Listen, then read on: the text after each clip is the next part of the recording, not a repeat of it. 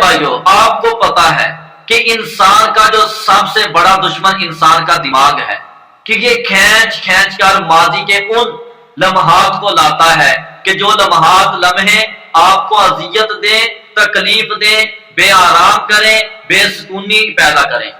تو ایسی صورتحال میں سب سے پہلی دعا کہ اللہم انی اعوذ بک من الہم والحزن والعجز والکسل، یہ 21 مرتبہ کم از کم صبح شام پڑھیں اور چلتے پھرتے بھی پڑھیں۔ اور دوسری دعا کہ جو اللہ کے نبی صلی اللہ علیہ وسلم اور نبی کے ساتھی صحابہ کرام رضوان اللہ علیہم اجمعین کہ جب بھی ان کو کوئی غم پریشانی پہنچی تھی تو وہ یہ دعا کیا کرتے تھے، یا حیو یا قیوم برحمتک استغیث۔ اور تیسری دعا کہ لا الہ الا انت سبحانک انی کنت من الظالمین۔ ان تینوں دعاؤں کو کثرت سے پڑھیں اور اللہ کی رحمت کی امید رکھیں، اللہ پر توکل بھروسہ رکھیں۔